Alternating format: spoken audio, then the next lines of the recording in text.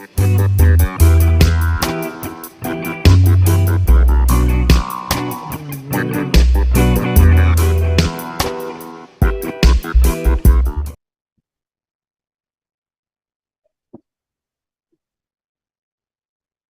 greetings and blessings. I prayerfully we are on.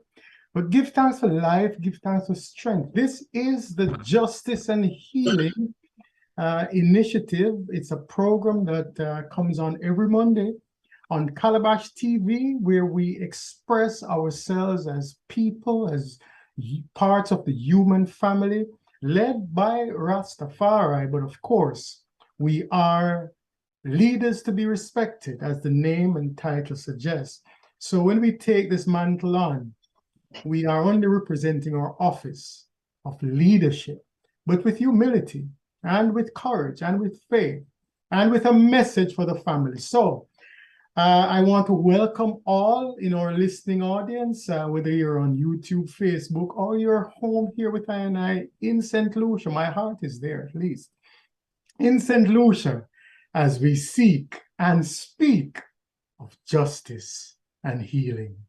Give thanks and welcome again. I am your host, Ras Dr. Wayne Rose, and we have a beautiful program that is lined up for you this evening. And we have two powerhouses, my brothers, the Right Honorable Priest Isaac of the Priest Isaac Institute, and my honorable brother Dr. Jake Homiak of the School of Sacrament Rastafari University, and we're positioning Sosa Crew. That's what that means. We're positioning Sosa Crew above and beyond his 40-year ministry in the Smithsonian Institution Museum of Natural History. He is an anthropologist, and we're going to talk about some things of importance this evening. So sit tight, grab that beverage that you need. It's a cup of tea, gully root or other tea, whatever it is. A sip and sit with I for the next hour or so as we bring to you justice and healing. Beloved, Honorable Priest Isaac, Honorable Brother Jake Homiak, welcome to the Justice and Healing Forum. So how is the item doing? How is the item? Give a brief update on family, starting with the Honorable Priest, please. How is the I sitting in my eastern, as my eastern neighbor?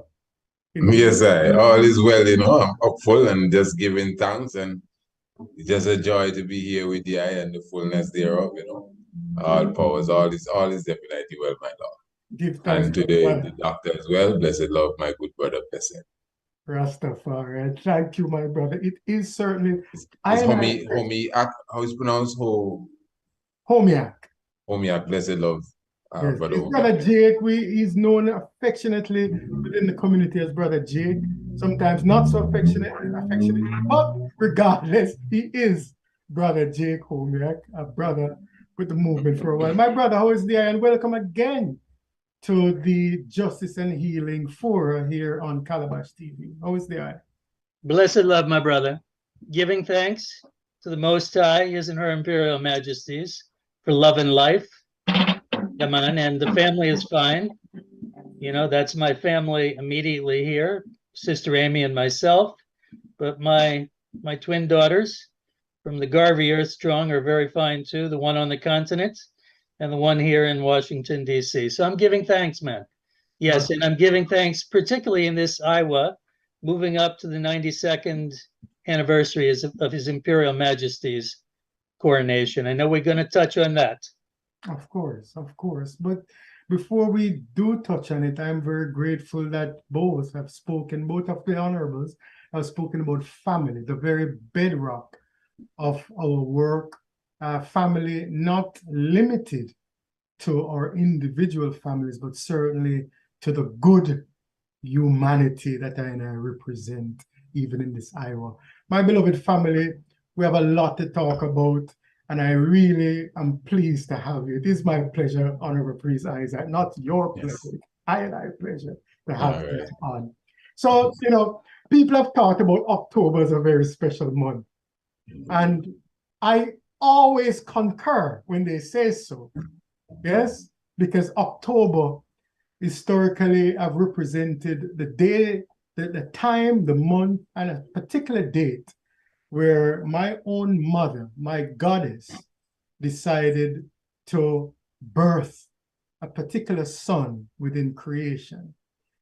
But even then, in the Caribbean, and especially British Caribbean, it represents Heroes Month, National Heroes Month. And in the British universe, because they're in a universe, it also represents Black History Month. So in this month, there's a lot to talk about. And it is a precursor month to the coronation month of November, when His and Her Majesty were crowned Emperor and Empress of Ethiopia. But before I delve into it, which I can do selfishly, let me invite my honorable brothers to check within the context of our own presentation, protecting the legacy, spaces, and icons of Rastafari in this particular month. And what I wanted to do is I use these slides, Honorable Priest Isaac, as a guide, if you will, to look at various topics and to get us centered and focused on certain things. So since Rastafari have been protecting the legacy and spaces of our people, and when we say Rastafari, we're speaking of good people across humanity, but we also have our own framing, our own work and ethos, certainly our own icons, starting from the crowning of our Divine Majesty, Emperor Haile Selassie I. So starting with the eye first, Honorable Priest Isaac, let's talk about the beginning of the Rastafari movement in this heroic month, starting with the 1930s to the 1960s, and just your own irit on it, my brother. Blessed love, my good brother. Well, give thanks again for being in your presence. Blessed love to each and every one, of course. If you want to say locally in Ayanola, in the island of St. Lucia, you don't know One Love internationally. And of course, as I said, to the people all over the world who are in tune with this wonderful program. So as you said, my good brother, we're looking at Rastafari again, the beginning of the movement. You highlighted from the 1930s to the 1960s. And we do understand, of course, the history of the movement and how it evolved from that time. And when you speak of the 1930s, of course, ones would always, mention Brother Leonard P. Howell, etc. And even prior to that, one might even highlight Marcus Messiah Garvey and his movement and how he highlighted Ethiopia, etc. But I would just like to take it from the angle, even before we actually touch 1930, from the resistance that we as African people, garnered during the time of the scramble for Africa. And I'm bringing that into the whole importance of the coronation of Emperor Haile Selassie I. This is where we're going, Honorable Empress Menen. And imagine, since we're speaking of Black History Month in England, because I'm happy how you framed it, brother Ross Rose, Dr. Ross Rose. We tend to like to maybe forget the Commonwealth when it comes to the British or England's Black History Month, wherein it's the same England that supposedly, the sun never set on its empire. So obviously its empire has a rich history, which has a lot to do with us. Its empire was built on the back of us. We know that for sure. And upheld even up to today when you look at commerce and economics and all of these different things. We are the mule that really carries the weight. But I'm saying now, when the British West Indies got its independence in 1834, and then the United States now, its Emancipation Proclamation was passed in 1863, somewhere thereabouts. And so everyone is happy now. We are free. But yet still now, in 1884, just a score, 20 years after the Emancipation Proclamation in the United States of America, 20 years after, some fellas sitting around a table again, deciding with a big cake in front of them, mark on Africa, trying to decide who getting the biggest slice and who getting the cherry and who getting the crumbs. So herein began the scramble for Africa. And you see how mystic it is that we supposedly are celebrating being free. You know, the left hand supposedly is free, and we know all of that is a game. But the left hand is free while the right hand is now being traumatized and put into a deeper level of slavery. So in other words, we've been so far removed from our own self, not from our people in Africa. You know, we have been so far removed from ourselves that we can't even feel the pain that we are going through 20 years after slavery because we are free. But yet still a brand new colonialization is taking place in Africa. If we just balance history, I mean, it will bewilder you. But what I'm saying now, I think we all understand that as much as we some of us like to glory in the fact that Britain and France and Spain and Portugal for sure came in on us and maybe would have subdued us to some degree. We must understand whatever battle they won was always the last battle. I think the Ashanti people won like about 11 or 12 battles in a Britain until the last battle, you understand. The Zulus, we don't have to go into that. So we really put on a strong resistance as it related to the colonializers. But now it was in Ethiopia, I'm bringing it home. It was in Ethiopia, and even to the family who are listening, I know to some, a lot of this information may be new, you know, because it's not just us here talking.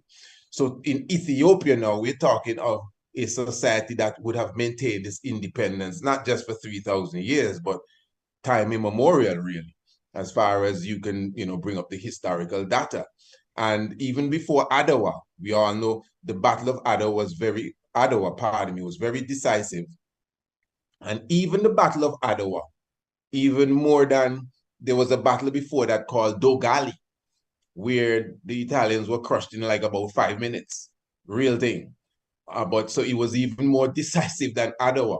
But what Adwa did when Menelik II and of course Empress Taitu, another mighty queen on the battlefield, and of course Ras Mokenen, the father of Haile Selassie I, and of course all the warriors, when they defended Ethiopia's independence against the invading Italian, that really rippled throughout the earth.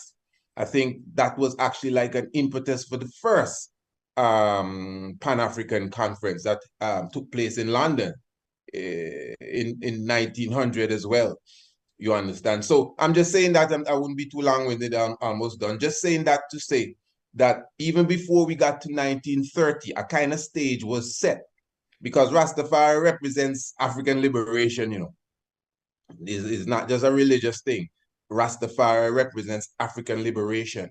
So when we speak of Rastafari, we have to kind of be able to see it in the context, even the Ethiopian context. That's why we're so emotionally attached to Ethiopia, not just because of the emperor. Because when the Battle of Adwa was taking place, the emperor was about 3-4 years old, looking on.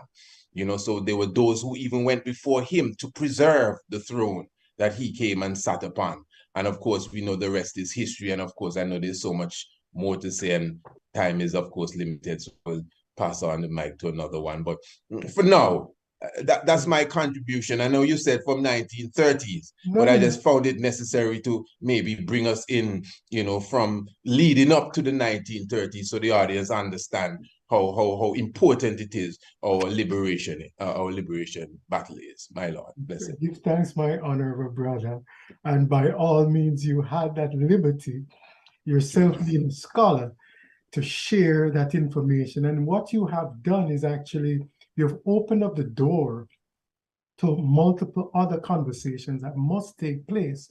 Because part of what we're doing in St. Lucia is in an educational process, a cultural educational process on the history of our people and the affinities that are natural for people, many of which our people don't even understand. So it is good that you open that door. And in fact, based on your opening of that door, I am then going to ask my beloved brother, Jake Homer, to step into that door with the framing of the Rastafari movement. And I've said this multiple times, but I need to reiterate it, brother Jake. Our own framing as Rastafari people is not to box us into a space that limits us, but is to say as family, as a human family, there are grades within the family. Yes? And the grade that Rastafari, even by virtue of our very name, represent, it's Ras, head or leader, Tafari, to be revered or respected. So when we say Rastafari, we're saying leaders to be respected. And so as a leader within the family, we have taken on the burden of the family.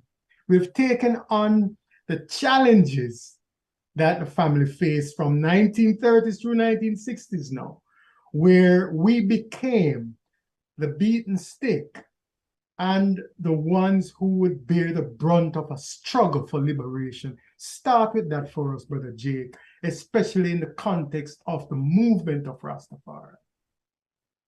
Give thanks again, my brother. So once again, to both of those brothers and sisters, the audience in Ayanola, locally and internationally, as this is an international entity, we're happy to be here once again. But the honorable priest has put a preface on things here. Let me take a slightly different tack to putting the origins of the movement and the coronation of His Majesty into perspective. And the Honorable Priest Isaac points out that 46 years after independence in the Anglophone Caribbean, the continent of Africa is being carved up by Europeans at the Berlin Conference. I want to make it clear just how singular the event of the coronation and the run-up to the coronation was.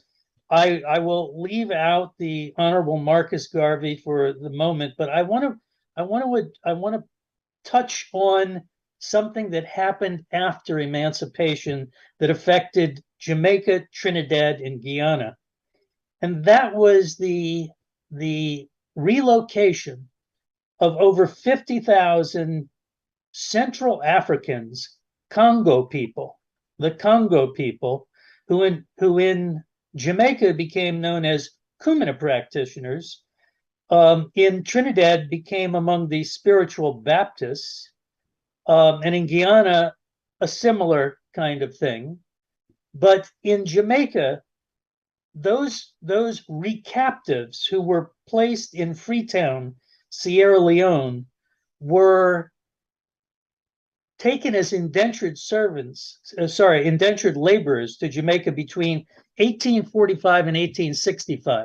1865, as we know, was the beginning of the Morant Bay Rebellion, Paul Bogle and his revolt against the incredible taxation of the black peasantry in Jamaica and the denigration of people who were beginning to make their way after emancipation.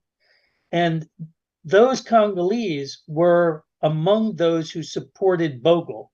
But the other important connection here is those individuals formed the seedbed of the Honorable Leonard Howell's first congregation that was taken to Pinnacle. They were driven out of the eastern parish of St. Thomas in and about 1937 and 38 by the conservative plantocracy, and they formed the core of the following at Pinnacle.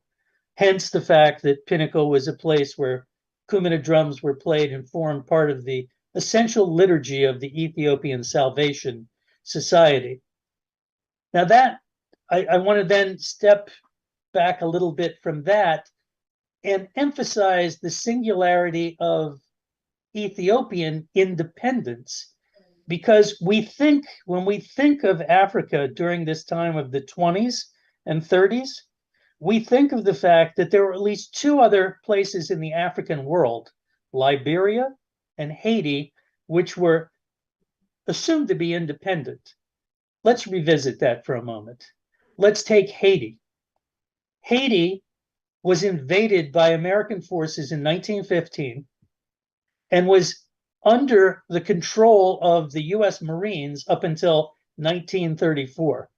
The decimation of Haitians during that occupation is a whole other story that people need to look into, and I encourage that. Liberia, thought to be independent, was not really independent. Liberia was a subsidiary of the Firestone Rubber Company. There's only one place on the African continent that was truly sovereign, free, and independent, and that was Ethiopia. That marks the only free place in the world that was not either under colonization in the Black world or Jim Crow.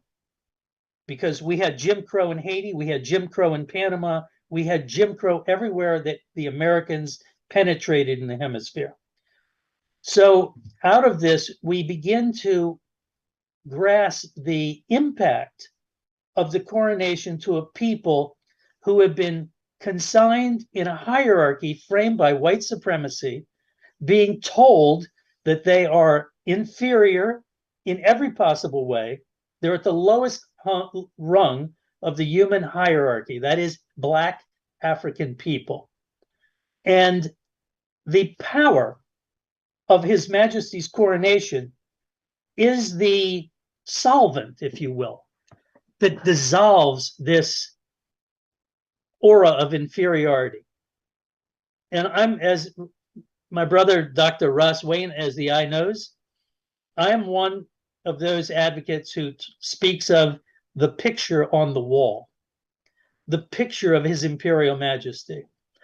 His Majesty used the optics of both photography and cinematography in the time moving up to his crowning as king and his coronation as emperor to project an aura of Black African self-possession, of agency in the world that touched millions across the diaspora. And he understood, he overstood the impact of his photographs, which he composed. He didn't take photographs in any old way.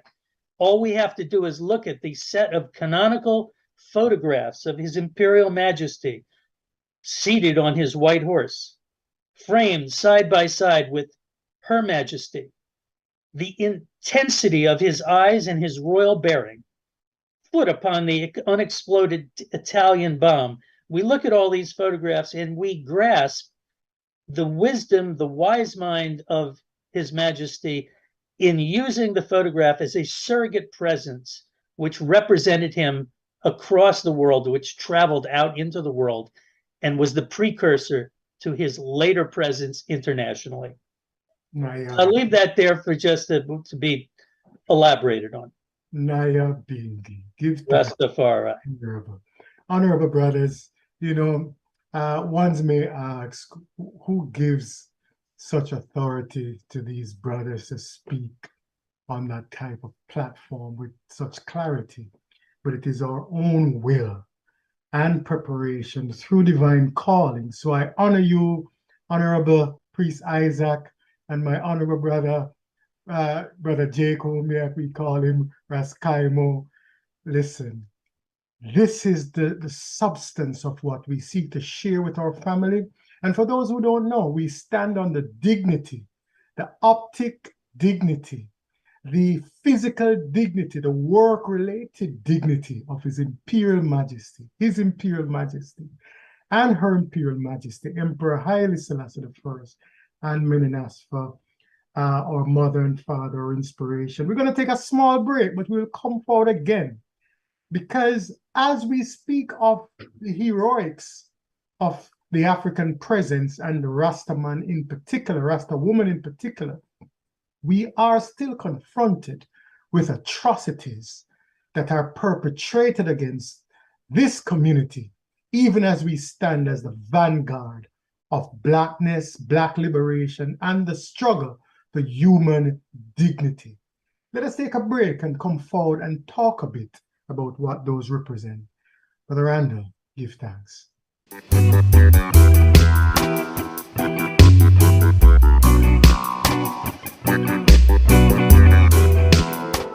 Come experience the creativity and innovation of our entrepreneurs at the 15th Annual St. Lucia Taiwan Partnership Trade Show, happening at the Harbor Club Hotel from the 2nd to the 4th of November. Businesses from St. Lucia and Taiwan will showcase products and services ranging from food and beverage to skincare, fashion, personal accessories, renewable energy products, ICT services, and more. Our theme this year is Forging Strong Ties Through Sustainable Trade. We feature new trading opportunities for our business community with daily entertainment and lots of giveaways. Visit and support our local entrepreneurs. Experience the offerings of Taiwanese businesses. All happening at the 15th Annual St. Lucia Taiwan Partnership Trade Show at the Harbor Club Hotel, November 2nd to the 4th, 10 a.m. to 7 p.m. daily. See you there.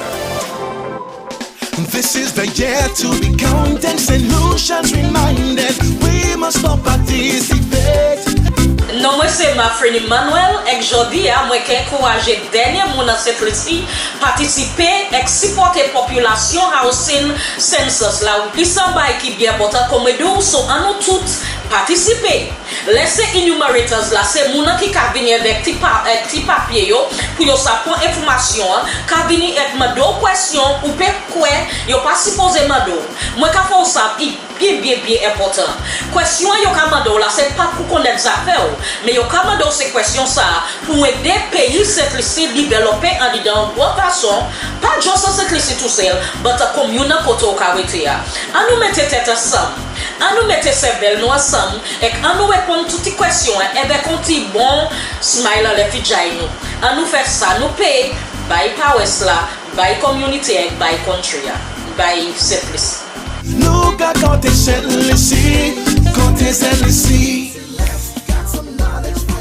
Storms and hurricanes bring power outages. Luselect technical crews start repairs the moment it is safe to do so. Our first priority is restoring power to essential public services and critical infrastructure circuits. Please be patient. Know that Luselect will be working day and night to restore electricity island-wide. Be smart, stay safe.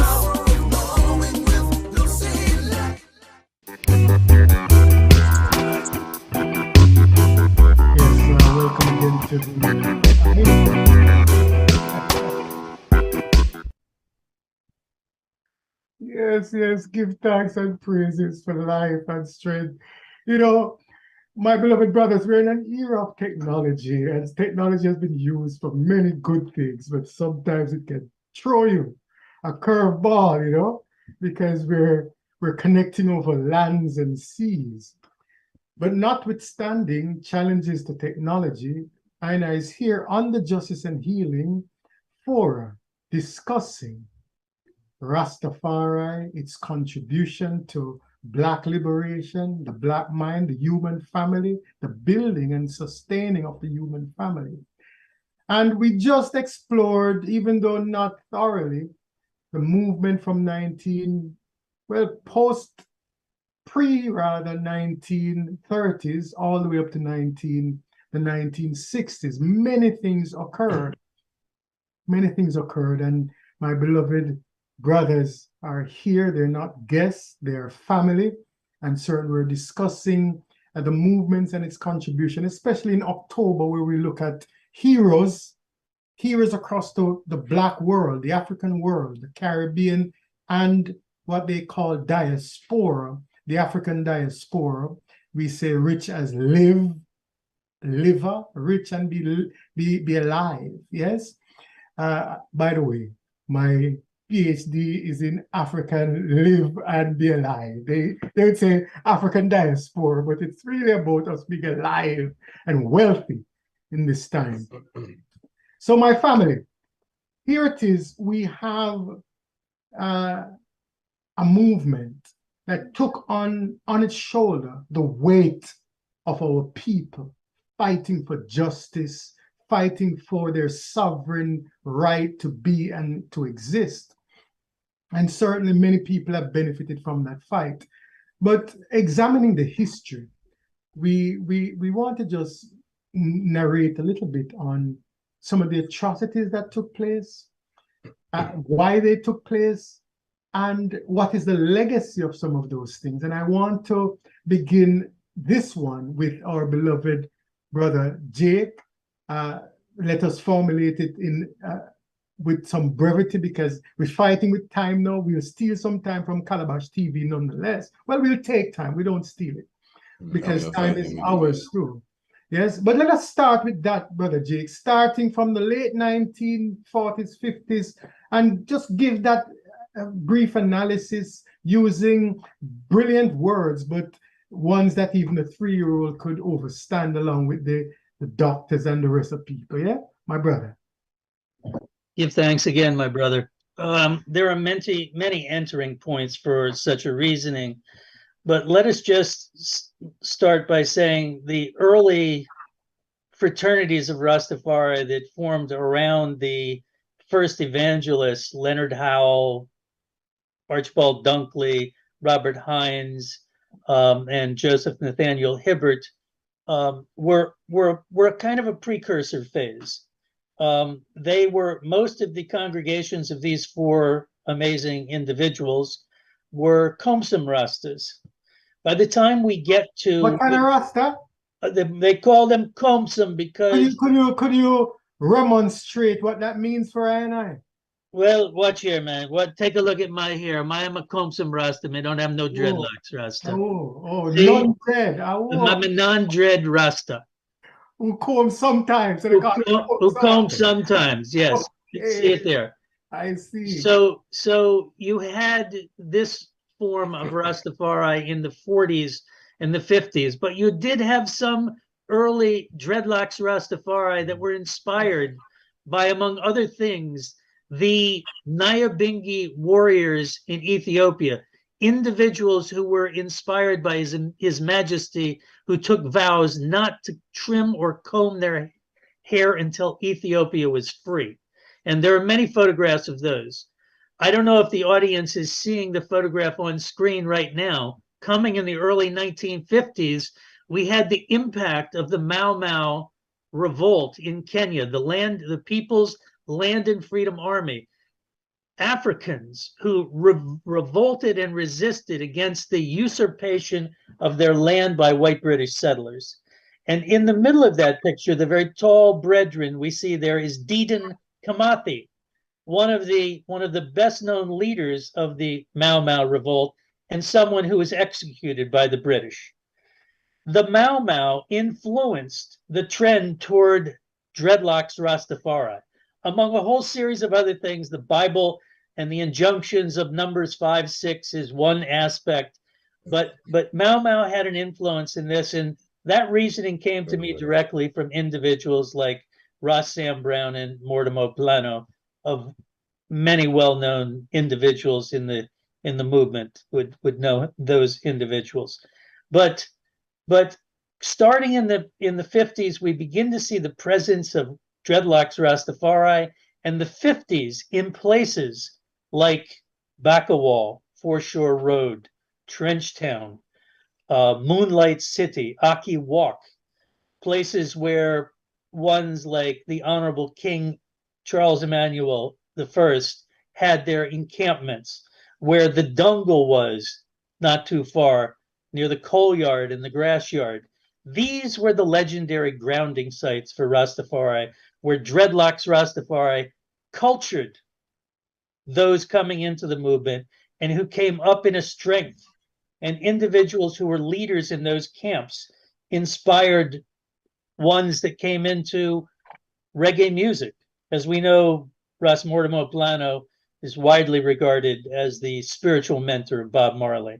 Ras Plano, as you see in the image here, was the individual who was called upon in 1966 when His Majesty landed in Jamaica, and when Rastafari and Black people rushed the tarmac, 150,000 strong at Palisados. The government had to call upon Ras Plano to disembark His Majesty.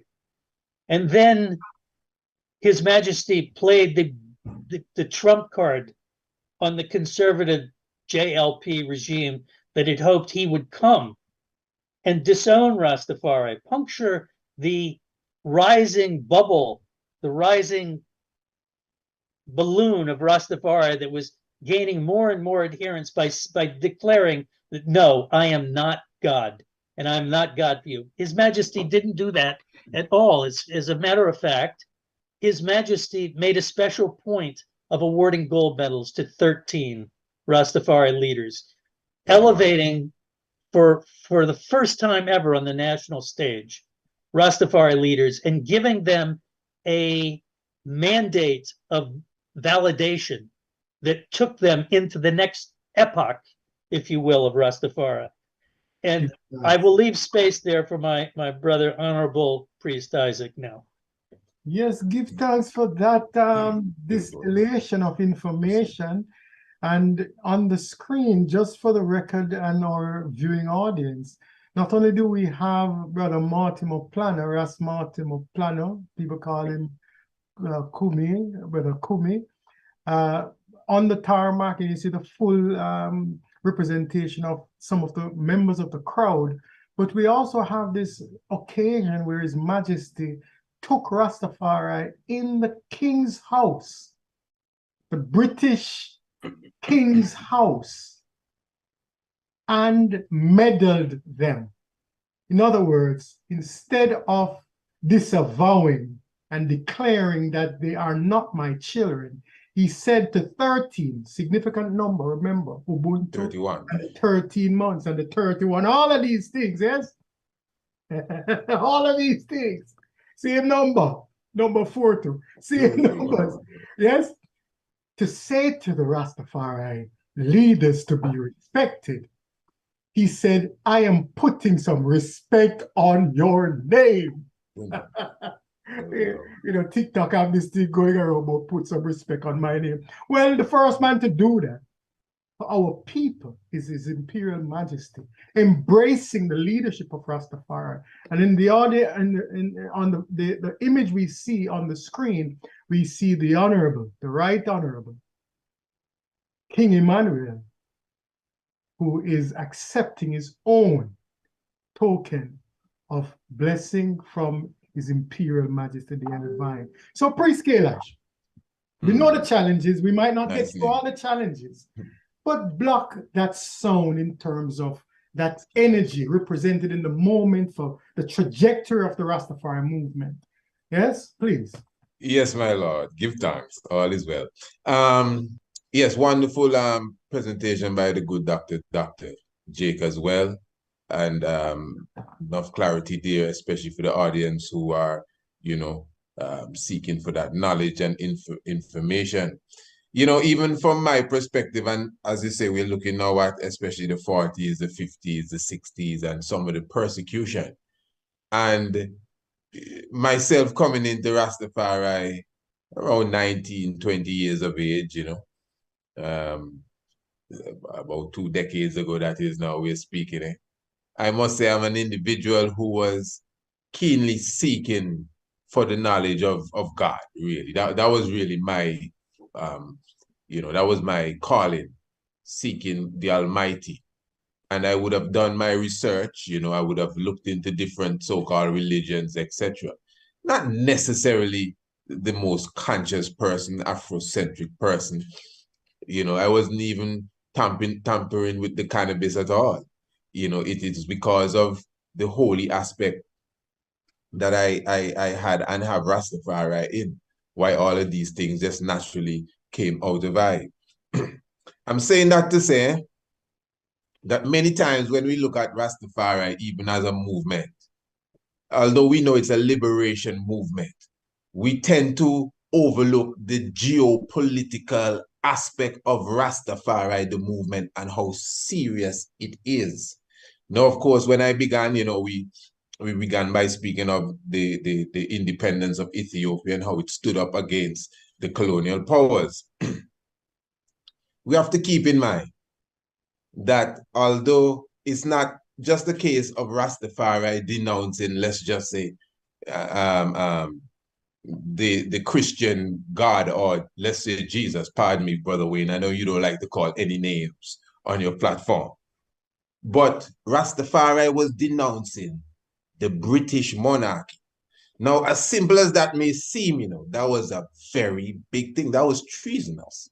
that you are flying another empire's flag in Jamaica. Remember, Jamaica was not independent as yet when it came to the rise of Rastafari. So although we may not really take this to heart, it was a very serious move when you had this group of people here literally denouncing King George VI and rising the flag, even if it's a black country, the flag of an independent empire, which was that of Ethiopia. So now, again, as the good doctor was speaking of the whole aspect of the locks was already a symbol of rebellion. The locks was a symbol of revolution. The Mau Mau, the Ethiopian warriors. And then again, let us return to Haile Selassie and his movements throughout the earth. In 1963, when he was on the Meet the Press program, one of the reporters asked him about his involvement in the other African countries and their fight for their liberation and independence, and if he would get involved militarily. You have to listen to the emperor good when he speaks, you know, and the emperor clearly shows you, well, you know, they're for peace and negotiation, but if all fails, well, we will just do what we have to do. Haile Selassie was well involved with many of the liberation struggles in Africa. I don't mean just on a diplomatic level. I mean literally on fighting on the ground. There are pictures where you would see even Brother Nelson Mandela, before he went through his ordeal, he visited Ethiopia and received training. You know, there's a picture, I have it right on my computer now, I could pull it up, where you see Haile Selassie speaking to the revolutionary warriors from Southern Africa, and Nelson Mandela is right there. Not no Photoshop, I have it right here, if need be. I'm just letting you know. So I'm just saying all of that to say now, when you really understand geopolitics at the time, again, we may overlook it, but the powers that were at the time understood that they had a fighting warrior class in the midst of them. It wasn't just, oh, them dirty Rasta and them locks underneath the comb down here. No. Somebody has understood. Remember, from 1912, the FBI was formed, you know. Remember COINTEL taking place in the US from the 50s and the 60s.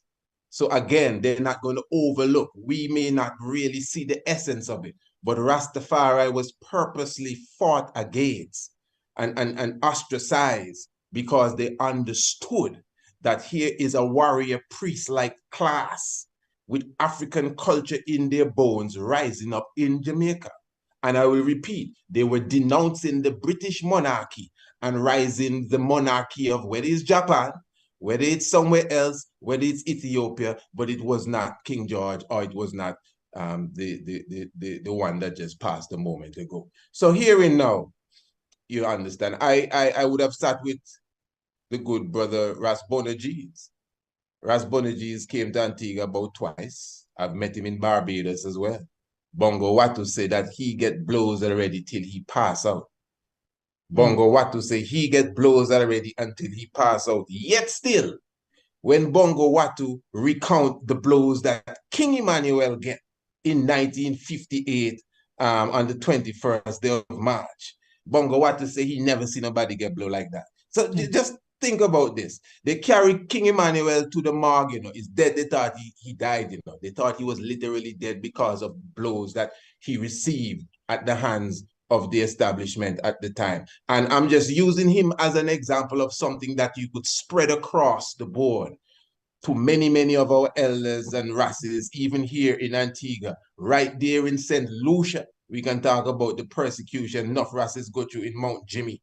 We'll talk about Dominica, where the Dread Act, I don't know if it's still on the books, but the last time I was in Dominica, they were talking about that, about the Dread Act still being on the books as it relates to how Rastafari was persecuted in these places. So it's not just because of their religious outlook and because they were strange and because they were queer and different and because the people were ignorant. it may be a bit of that. And the people were very ignorant. The followers, what we like to call the sheeple, they were very ignorant because they were just taught what they were taught from their educational system. So they just had to fall, in place. Before I come off of the stage here, I want to say something quick. The doctor was speaking about Brother Kumi, Mortimer Plano. And I think his situation there is very interesting too. Again, returning back to the warrior class, the dreadlock warrior class. The whole science of Haile Selassie giving the 31 elders of Rastafari the gold medals, as you said, brother Ras Rose, it's a gold medal means that you win out. You already win the race. And I saw in 1966 very close significance to 1963 with the Organization of African Unity, because it was 31 free African countries, with Ethiopia. And it was 31 Rastafari leaders with His Majesty at King's House. And to me, the theme of the OAU is within the difference and diversities that we have, we should still work together.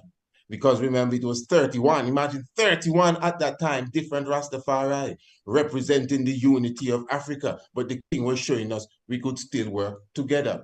And one last point, Brother Mortimer Plano, the day that he went to the plane, according to him, he could not speak.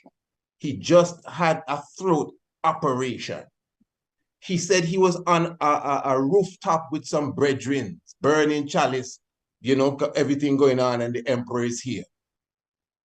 He said the word came, calling Mortimer Plano, calling Mortimer Plano.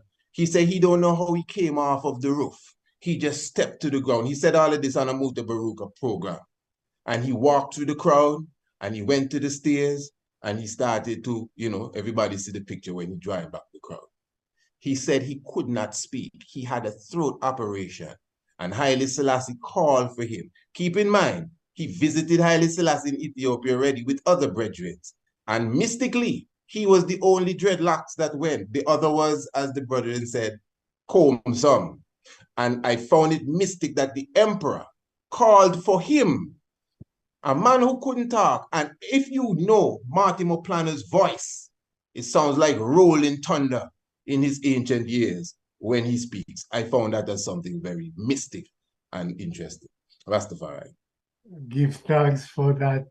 And, I too become an audience, a student, because even when you know stuff, it's just good to hear it reiterated from articulate brothers, sisters, people who are not playing curry favor simply because they're emotional about things.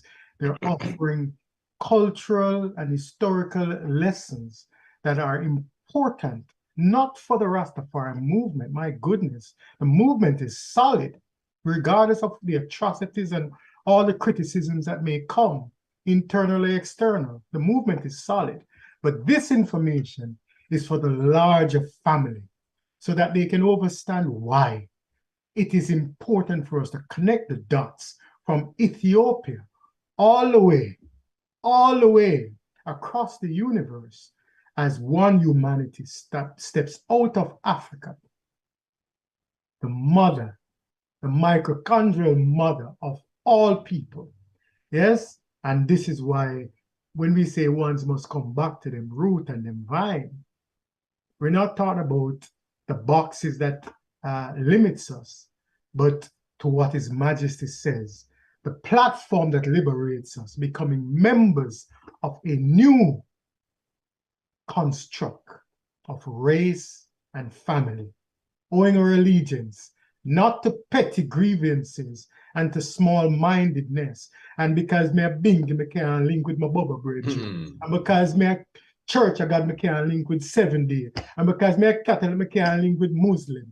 But to forget all those boxes and to step freely into the space of a liberated mind, a liberated humanity. Yes? Becoming what we already are, children of the Most High. Kadamawi Haile Selassie I. My brothers, I'm excited to have you And even though time is running forward, we still have, as Honorable Priest Isaac just mentioned, we still have atrocities occurring. Brother Jake, we just had atrocities occurring in and across Jamaica. People would say the western route of the Rastafari movement. What is happening at Bob Marley Beach? Oh.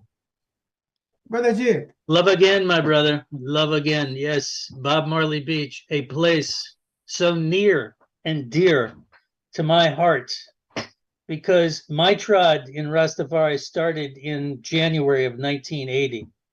Within a very short time, after several sojourns at the Ethiopia-Africa Black International Congress, where I got to have an audience with King Emmanuel I found myself on that beach. At that time, it was not called Bob Marley Beach. It was called Lion Bay. And that was an encampment that had formed the headquarters of the Nyabingi Order Theocracy Reign. That was a place that was formed by around about 15 Rastafari families and elders that included the first high priest of the Nyabingi house, Bongo Puru of blessed memory. Bongo Puru became one of my teachers, along with several others on the beach that included priest Bongo Hill, who was King Emmanuel's sword bearer lieutenant, if you will, and who was resident on the beach after coming out of a general penitentiary sentence for herb in 1972. The beach has been a place formed from the dispersal of other atrocities, the destruction of Bakawal and Akiwak, the destruction of the encampments on Foreshore Road, which the Ras Wayne, is personally familiar with, because I believe you grew in that area. Yes, the dispersals that came out of Trenchtown as politics became deadly in certain parts of West Kingston. So that whole movement of Rastafari that included King Emmanuel and his congregation that set up on the hilltop above the beach in the early 1970s, and the beach camp itself, which started about the late 60s. This was a place where family was created. This was a place after the 1966 state visit of Emperor Haile Selassie, His Majesty, when Rastafari, headquartered at that beach, began an all-island tradition of Nyabingi ceremonies that moved from parish to parish. They would schedule and organize Bingi celebrations in all of the parishes from one year to the next, so that every parish was touched by the Nyabingi tradition. It was part of a local traveling culture, if you will. And out of that came, I call it a foundation for restorative kinship, spiritual kinship that grew amongst I, brethren and sistren, youth and elders. That beach had elders who were, when I arrived there, already close to 80 years old. Bongo Hill and Bongo Puru were in their late 70s by that time. But there were also families with youth that were born on that beach. And it was a blessing to have started there. So I am particularly aggrieved that now, in the name of some shell company, the Jamaican government, apparently, by reporting, I don't know personally, I haven't been to Jamaica to investigate this, but through some shell company, the beach is going to be developed for an exclusive luxury hotel, which will displace the remainder of families on that beach and basically privatize the beach for ordinary Jamaicans. It remains a vibrant space of gathering, and I can attest to that as recently as August of 2021, when I was there and actually saw Rastafari coming in from England, from other parts of the Caribbean, to ground at the beach and to enjoy the beauty of the place.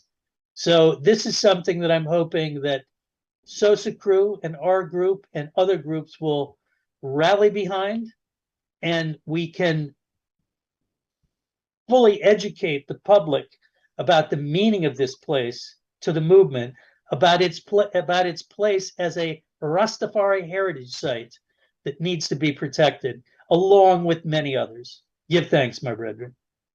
Rastafari, you know, time is running on us, but let me cap this and then bring in my honorable brother, Priest Isaac, to seal in sound. But the Ubuntu Rastafari Cultural Center just completed 28 days of rituals and educational cultural programming in St. Lucia, where we focused on a restorative justice process. We call it justice and healing in the same way this program is actually part of that initiative, and it's continuing. But importantly, in the context of justice and healing, we wanted to ensure that the lessons, the negative lessons of the past, especially since Jamaica sits as the progenitor or progenitors of, or the beginners of the Rastafari movement in the West, in the Caribbean, we wanted to make sure that we look very closely at some of those examples. And I know, like in St. Lucia, the government is looking at some of the examples of the cannabis experience, legalization from Jamaica and other places that is done. And in like manner, I'm encouraging the family, cultural ministry, cultural foundation, education ministers to take a serious look at some of the lessons, the negative components of them that has occurred in places like my own country of birth, Jamaica, and stay clear of them as we seek a restorative justice process for all our people. And remember what Brother Jake just said, because Rastafari engaged that space, cleaned it up, maintained it, kept it as a space, and you can see the image on the screen if Brother Randall will take us to that again. Rastafari maintained that space, that beach, so that people, ordinary Jamaican citizens, had it to utilize as a space, a Sabbath day or Sunday evening, or whenever ones wanted to go and connect with nature, they could do it in an organic, natural, eco-friendly environment. Rastafari held that, and as you correctly say, Brother Jake, it is now one of the spaces, important, iconic spaces in Jamaica that needs to be preserved, whether it is to make sure that we have full custody of it, or that we document the history of the space so significantly that it will not be erased by this new imposition of technology and building structures and those things that impose on cultural heritage sites. We need to have a conversation. It must be continued. But this is the lesson for St. Lucia, Antigua, and other spaces, Honorable Priest Isaac. How do we then make this happen in a way that we avoid the pitfalls of our experiences and our brothers' experiences in Jamaica, and we create that restorative process that allows us to move forward with confidence in the 21st century, knowing that we have made our mark for the betterment of humanity. Honorable Priest Isaac, you have it to take us forward. Well, yes, give thanks again, of course. I know your time, you'll be looking at it too.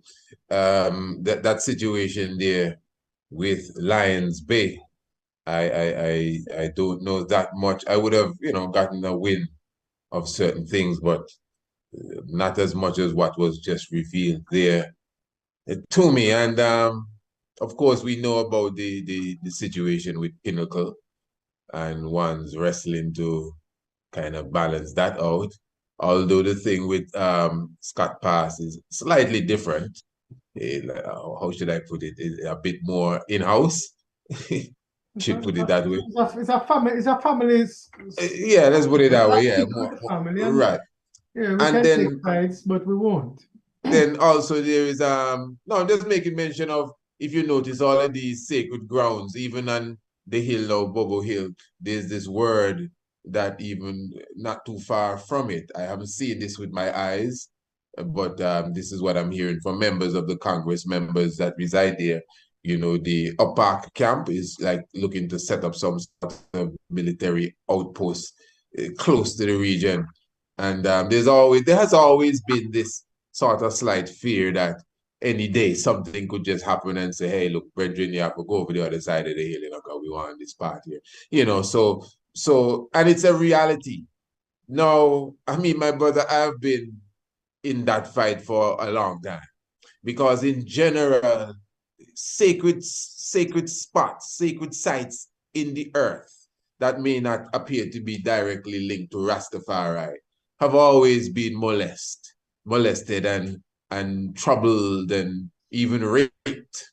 Of course, Greencastle Hill right here in Antigua is one of the most unique sites in the world.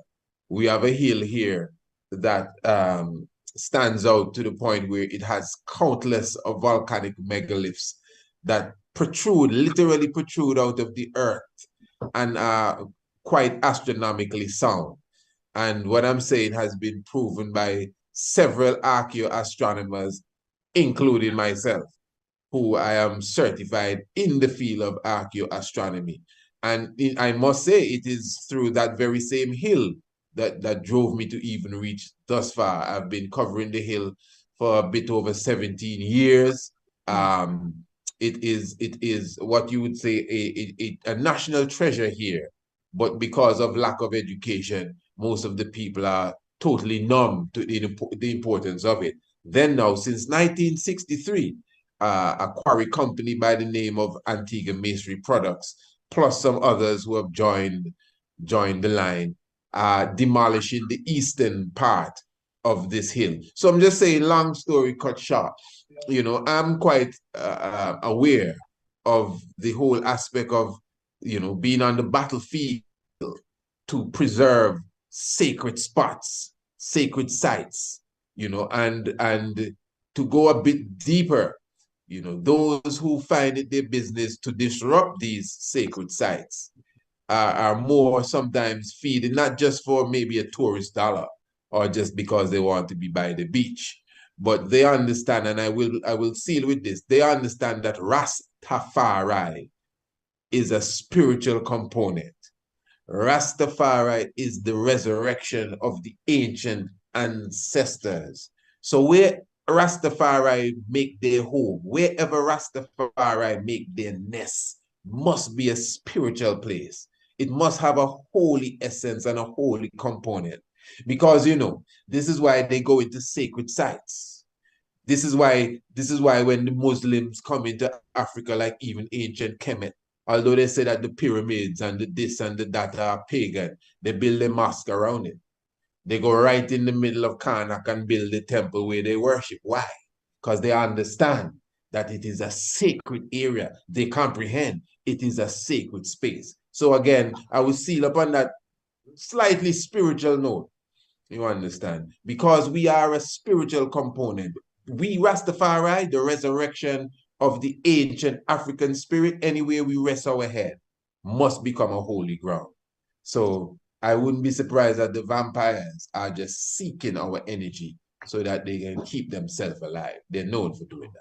Wow. I love Give thanks, my honorable brother. Give thanks for that. As I do know, you are. One more thing, you know how much drums beat on them sides, the man. The earth is vibrating with current.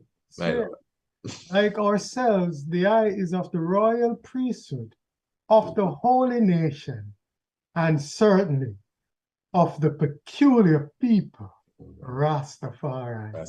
Honoring our human family by standing for justice and healing.